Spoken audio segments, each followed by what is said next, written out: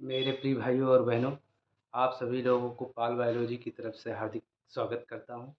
आज मैं आप लोगों को कक्षा 11 के अध्याय 8 से कोशिका के बारे में वर्णन करूँगा। आशा है कि आप लोगों को ये कोशिका के बारे में पूर्ण रूप से समझ में आएगा। मैं आप लोगों को कोशिका के बारे में वर्णन करेंगे। पहला पहला है कि कोशिका क्या है? कोशिका क्या है? यह परिभाषा कहते हैं कि कोशिका किसे कहते हैं? कोशिका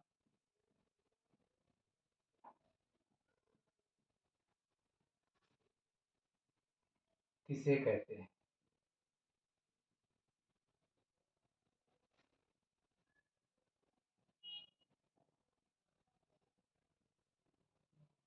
कोशिका किसे कहते हैं?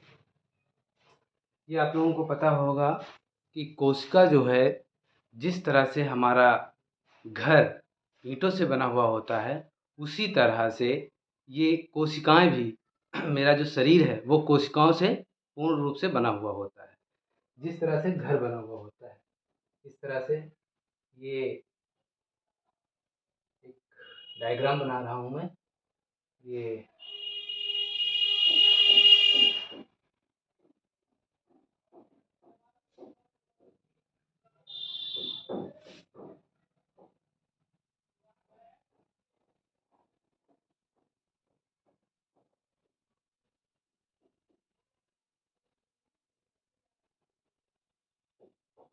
ये आप लोगों को अच्छे से समझ में आएगा।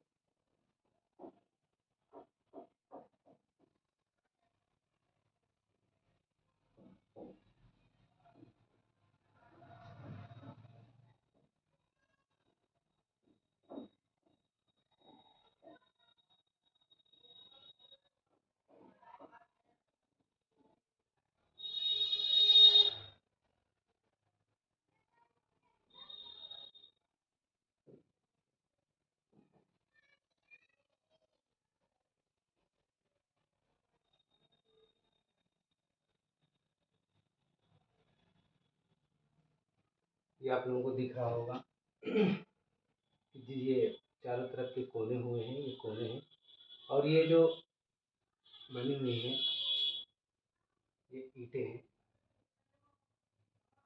जिस तरह से घर हमारा जो है चारों तरफ से जो दीवारें उठी होती हैं उसमें ईंटें लगी होती हैं, उसी तरह से मेरा जो शरीर है वो चारों तरफ से या पूरे शरीर में कोशिकाएं पाई जाती हैं। तो कोशिकाएं हमारे शरीर में असंख्य पाई जाती हैं, मिलियंस, काफ़ी संख्याओं में कोशिकाएं पाई जाती हैं। इस तरह से हम ये कह सकते हैं कि जिस तरह से हम घर को आले कहते हैं, आले बराबर आलय बराबर घर और काय बराबर शरीर।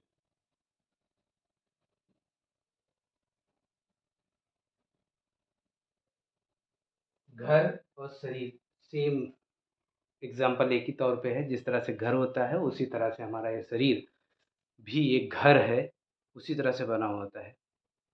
मैं अब आप लोगों को बताने ये जा रहा हूँ कि कोशिका किसे कहते हैं। कोशिका जो होती है वो संरचनात्मक एवं क्रियात्मक एक इकाई होती है। कोशिका जो होती है संरचनात्मक एवं क्रियात्मक इकाई होती है। कोशिका जीवधारियों में, प्रत्येक जीवधारियों में, चाहे वो पेड़ हो, चाहे वो पौधा हो या मनुष्य हो, प्रत्येक प्राणी जिसके अंदर प्राण होता है उसके अंदर ये कोशिकाएं पाई जाती हैं। तो प्रत्येक प्राणियों में, प्रत्येक पादपों में कोशिकाओं की संख्या पाई जाती है। बिना कोशिका का जीवन जीना संभव है।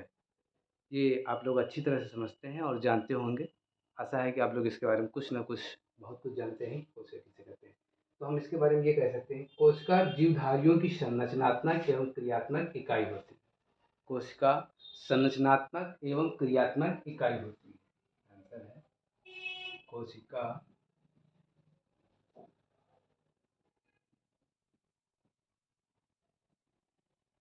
कोशिका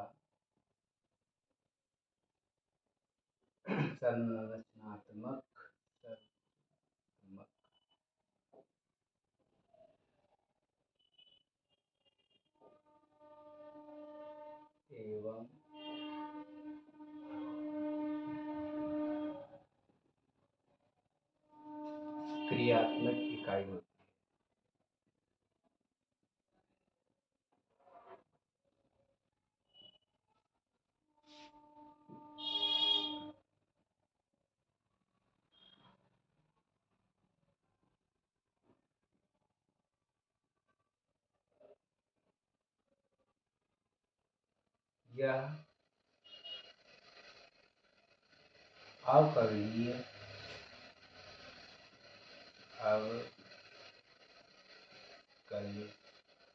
अवकरीय कला से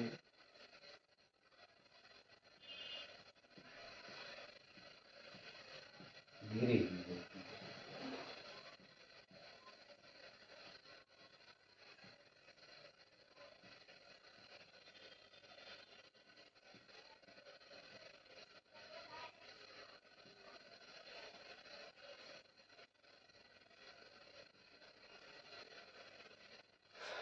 तो कोशिका संरचनात्मक एवं क्रियात्मक इकाई होती है या अवकरीय कला से घिरी हुई होती है। हमारे शरीर में कोशिका काफ़ी संख्याओं में पाई जाती है। संरचनात्मक एवं क्रियात्मक, इसका तात्पर्य ये होता है कि कोशिका जो है वो संरचनात्मक यानी कि संरचना में आधारित है और क्रियात्मक एवं क्रियात्मक में आधारित है। क्रियात्मक का तात्पर्य होता है कि कोशिकाओं में क्रिया करने की क्षमताएं भी होती हैं, यानी कि कोशिका संरचनात्मक यानी स्ट्रक्चरल होती है और क्रियात्मक यानी फंक्शनल, यानी इसमें संरचना का मतलब जो है कोशिका करती है और क्रियात्मक और कार्य भी करती है, जिसे हम क्रियात्मक कहते हैं। इसीलिए हम इसे संरचनात्मक एवं क्रियात्मक इकाई कहते हैं। यह अवकलीय कला से घिरी होती है, यानी कि पैरामेम्ब्रेन मेम्ब्रेन से घिरी होती है, यानी कि जो कोशिकाएं होती हैं वो अवकलीय कला से घिरी हुई होती है, यानी कि पैरामेम्ब्रेन, इंग्लिश में पैरामेम्ब्रेन मेम्ब्रेन बोलते हैं, यानी कि चारों तरफ कोशिकाओं से घिरी हुई होती है, यानी कि चारों तरफ से घिरी हुई होती है। अवकलीय कला से घिरी हुई होती है। अब आप लोगों को इतना समझ में आ चुका होगा। इसके आगे बताते हैं आप लोगों को कि यह विभिन्न पदार्थों का छोटे से छोटा यह विभिन्न पदार्थों के छोटे से छोटे पदार्थों का बना हुआ होता है। यह विभिन्न पदार्थों के छोटे छोटे से पदार्थों से मिलकर बना हुआ होता है। यह विभिन्न विभिन्न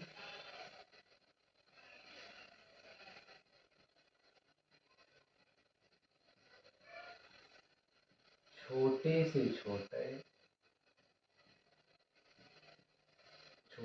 छोटे पदार्थों से मिलकर बने हैं।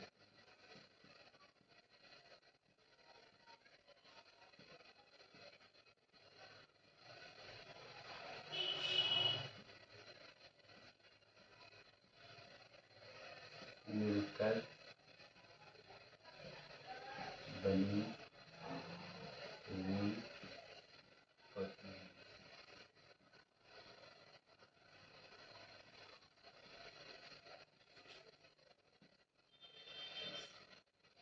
इनका यानी कि कोशिका जो होती है वो संरचनात्मक एवं क्रियात्मक की इकाई होती है या अवकलीय कला से घिरी हुई होती है, यानी कि चारों तरफ से घिरी हुई होती है, और यह विभिन्न छोटे से छोटे पदार्थों से मिलकर बनी होती है, और इसमें कई मतलब जो है कोशिकांग भी पाए जाते हैं।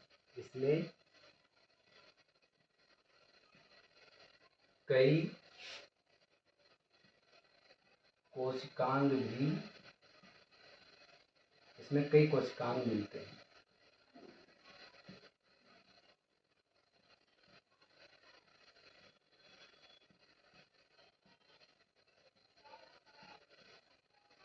मैं आप लोगों को एक चीज़ और बताना चाहता हूँ कि कोशिका से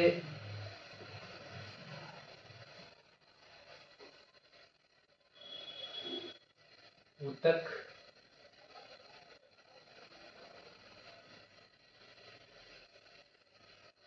ऊतक से ऊतक तंत्र, ऊतक से अंग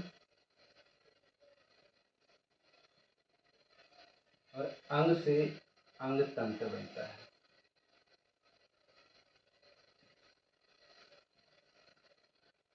अंग तंत्र बनता है, यानी कि कोशिका, कोशिका से ऊतक बनता है,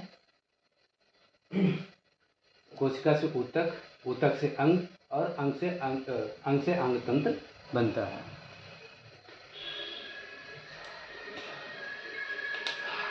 इसके बाद आगे आगे आते हैं, ये आप लोग नोट कर लीजिए। आशा करता हूँ कि आप लोगों को ये समझ में आ रहा होगा।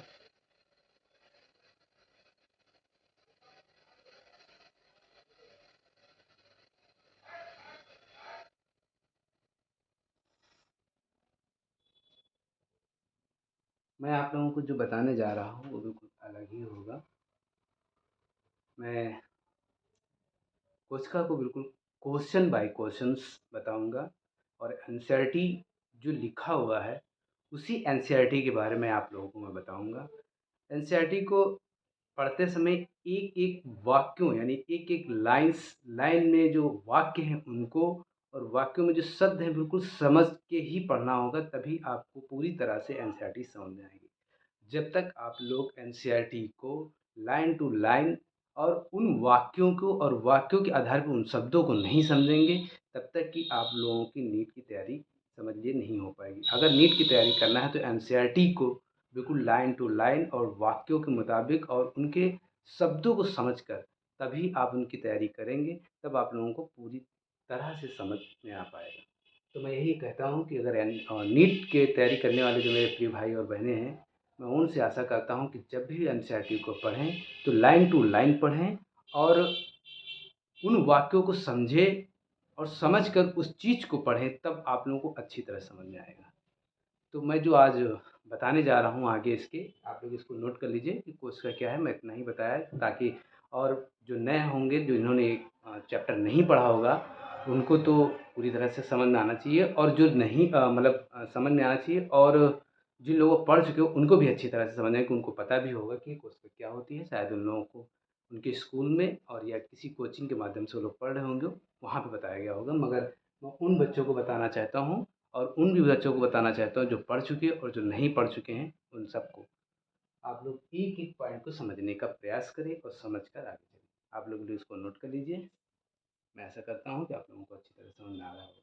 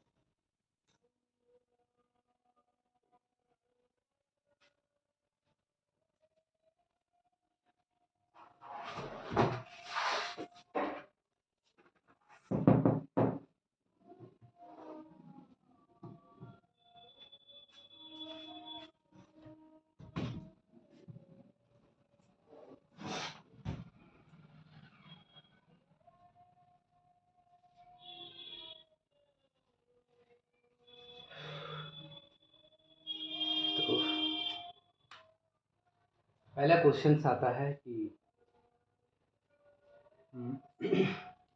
कोशिका की खोज किसने की। पहला क्वेश्चन आता है कि कोशिका की खोज किसने की। प्रश्न,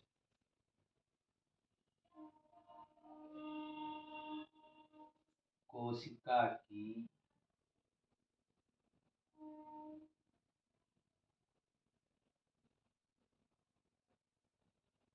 खोज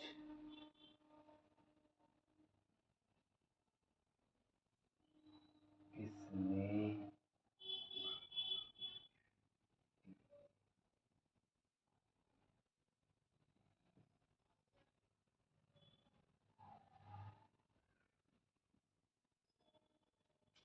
रॉबर्ट हुक ने।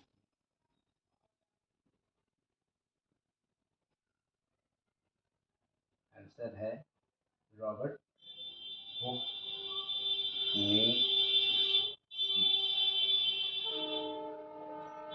तो कोशिका की खोज किसने की?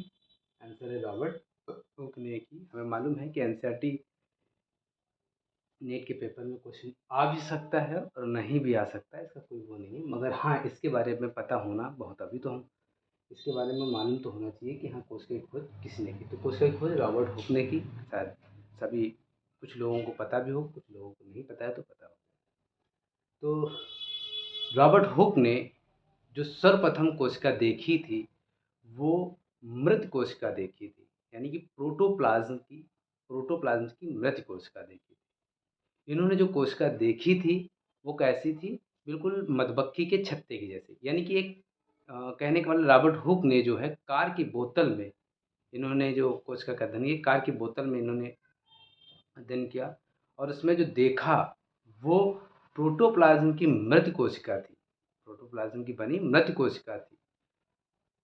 तो रॉबर्ट हुक ने जो कोशिका देखी वो कौन सी देखी? मृत कोशिका देखी। रॉबर्ट हुक ने मृत कोशिका देखी, मृत कोशिका देखी।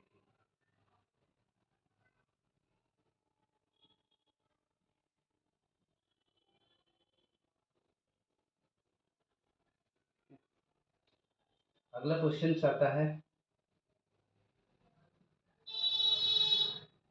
जीवित कोशिका किसने देखी? जीवित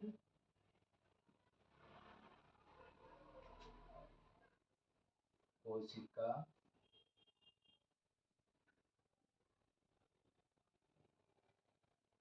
किसने देखी?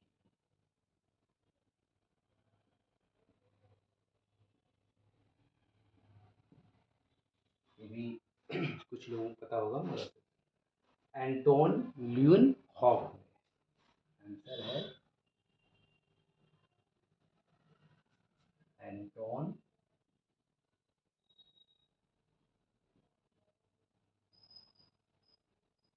ल्यून हॉक ने देखी।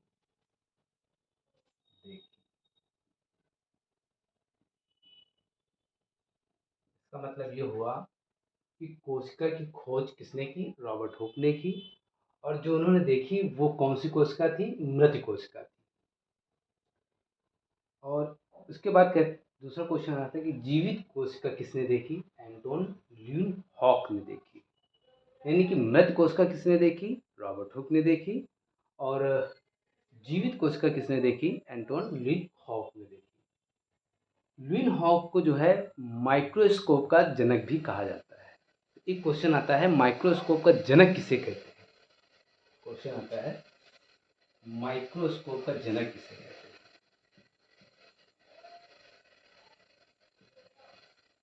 हैं? माइक्रोस्कोप का जनक किसे कहते हैं?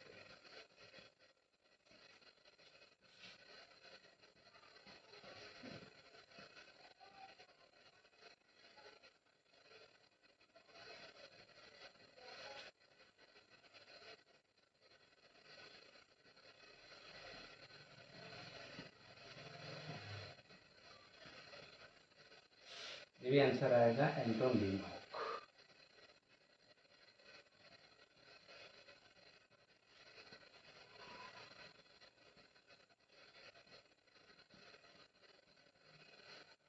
एंटोन ल्यूनहॉक।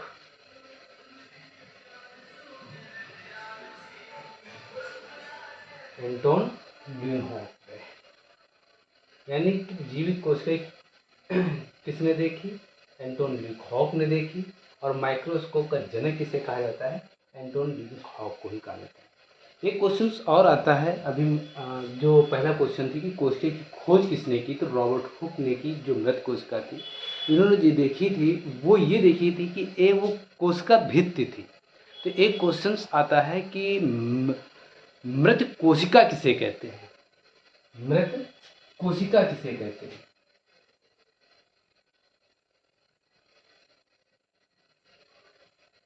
मृत कोशिका किसे कहते हैं?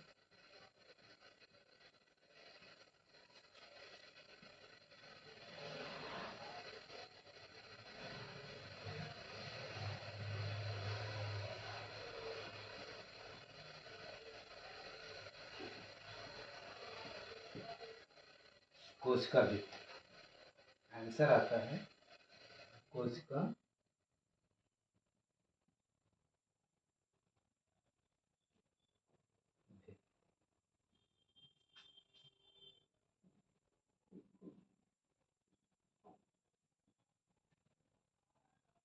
मैं इन क्वेश्चनों में 1000 प्रकार के क्वेश्चन बन सकते हैं। पहला, मृत कोशिका किसे कहते हैं? कोशिका भित्ति का मृत कोशिका किसे कहते हैं? कोशिका भित्ति। अब क्वेश्चन ये भी आ सकता है कि कोशिका भित्ति को कहते हैं मृत कोशिका, जीवित कोशिका या अन्य सभी और। तो इसको याद रखना होगा कि हम मृत कोशिका किसे कहते हैं? कोशिका भित्ति को कहते हैं। मृत कोशिका किसे कहते हैं? कोशिका भित्ति को कहते हैं। एक अगला क्वेश्चन आता है, एक और है इसी में। आप लोग इसको नोट कर लीजिए, इसके आगे बताते हैं।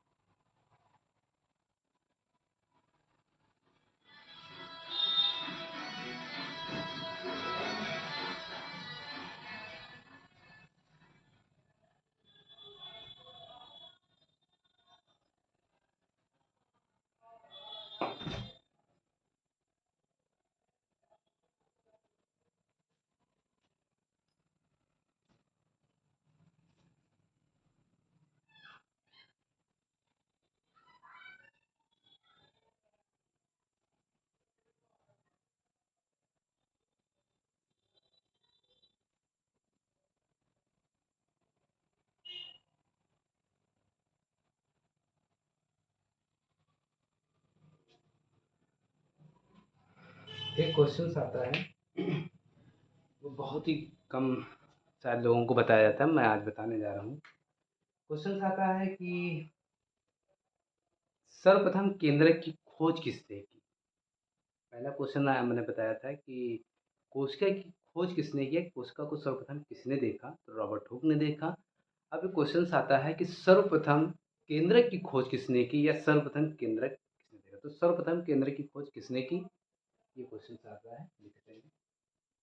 सर्वप्रथम सर्वप्रथम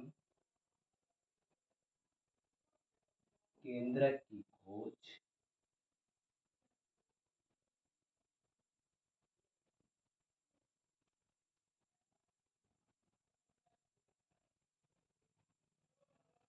सर्वप्रथम केंद्रक की खोज किसने की?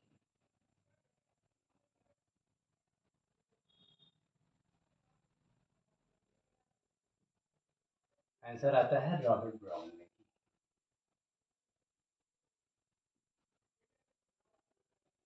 रॉबर्ट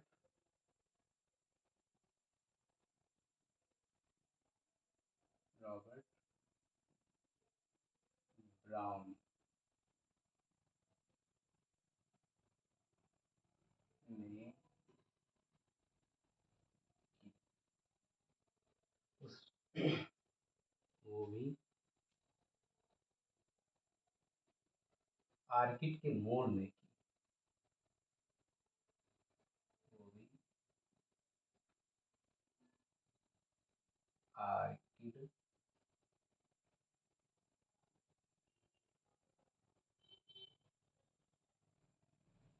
के मोड़ में।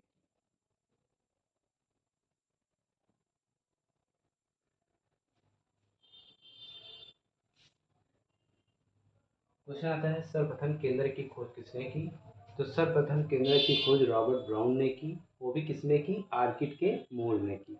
एक क्वेश्चन और बनके इसी में आ सकता है कि रॉबर्ट ब्राउन ने सर्वप्रथम किसकी खोज की। तो वो उसी का आंसर वो आंसर यही होगा कि केंद्र की खोज की। रॉबर्ट ब्राउन ने किसकी खोज की, केंद्र की खोज की। चलिए ठीक, कोई बात नहीं। उसके बाद एक क्वेश्चन आ सकता है कि रॉबर्ट ब्राउन ने केंद्र की खोज किसमें की। रॉबर्ट ब्राउन ने केंद्र की खोज किसमें की।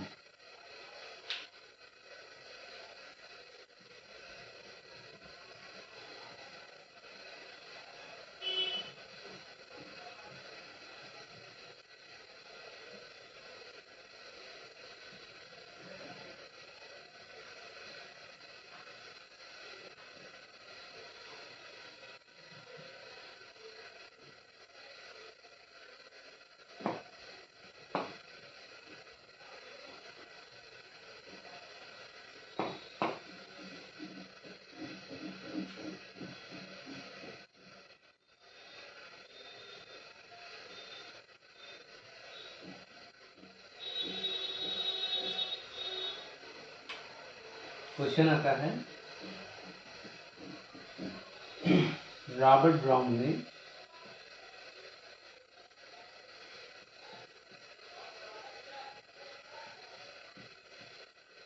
रॉबर्ट ब्राउन ने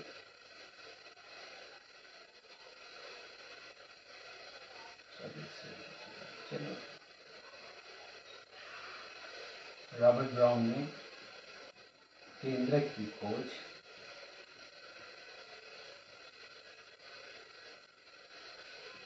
केंद्र की खोज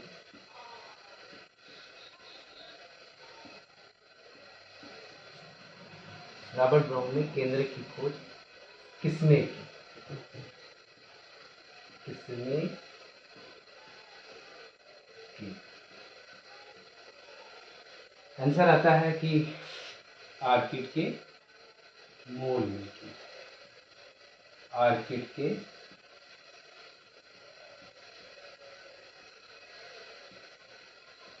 मोल में की।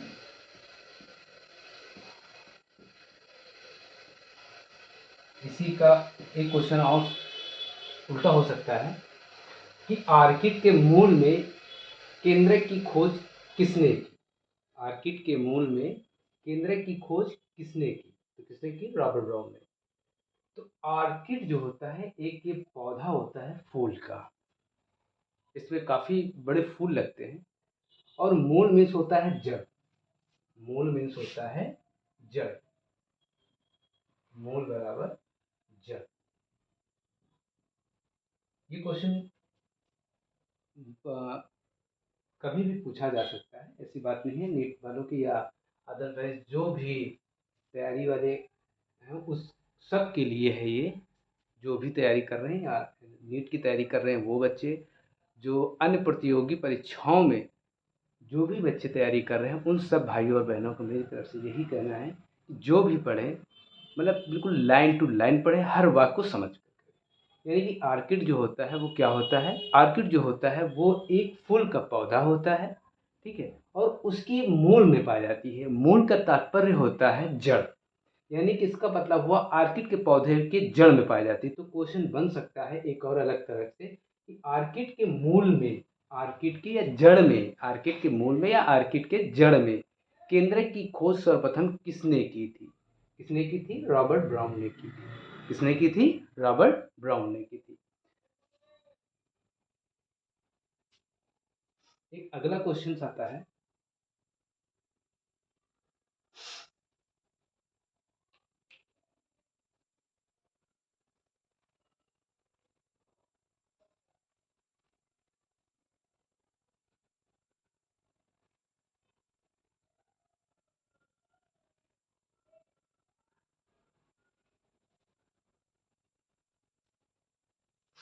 नोट कर लिया आप लोगों ने? मैं आशा करता हूँ कि आप सभी लोगों को अच्छी तरह से समझ में आ रहा होगा और पूर्ण रूप से समझ में आएगा। आप लोग हमें मौका देते रहें, मैं अच्छे से अच्छे वीडियो और आगे अपलोड करता रहूँगा। मैं यही कहना चाहूँगा और मैं वो नहीं कहना चाहता हूँ कि जो लोग कहते हैं कि मेरे वीडियो जो पसंद आए उसे सब्सक्राइब करें, ये करें, वो करें। मैं वो नहीं कहना चाहता हूँ। मुझे पता है कि मेरे प्रिय भाई और बहनों को अगर ये चीज़, यानी कि ये जो मेरा वीडियो है अगर समझ में आएगा तो वो लोग अपने आप उसे सब्सक्राइब ज़रूर करेंगे। तो इसके आगे मैं ये नहीं कहना चाहता हूँ। मैं तो यही कहना चाहता हूँ कि आप लोगों को अच्छी तरह से समझ में आए, बस यही कहना चाहता हूँ। मैं शिक्षा को और आगे से आगे तक ले जाना चाहता हूँ, हर एक पॉइंट को समझाना चाहता हूँ। आगे आप लोग नोट करिए।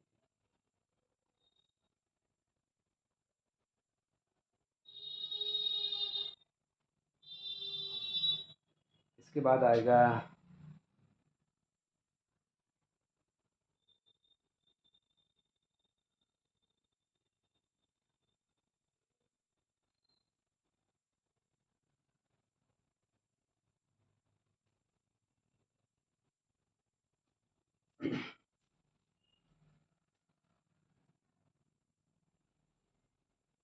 आज मैं आप लोगों को यहीं तक ही बताने का प्रयास करूँगा। इसके लिए क्षमा की याचना करता हूँ। इसके आगे मैं आप लोगों को वीडियो बताऊँगा कि कोशिकाओं के बारे में जो भी और आगे वीडियो है मैं उसके आगे और अपलोड कर देता हूँ। आज यहीं तक बता सकता हूँ, उसके आगे और आगे बात करूँगा। आशा करता हूँ आप सब लोगों को समझ में आया होगा। आप लोग नोट करेंगे। जय हिंद, जय भारत।